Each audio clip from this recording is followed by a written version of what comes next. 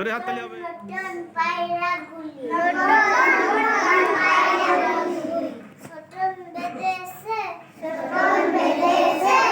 ওপারেতে ছেলে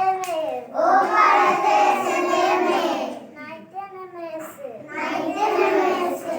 দুই ধারে দুই রুই কাতলা ভেসে উঠেছে কে দেখেছে দাদা দেখেছে দাদার হাতে কলম ছিল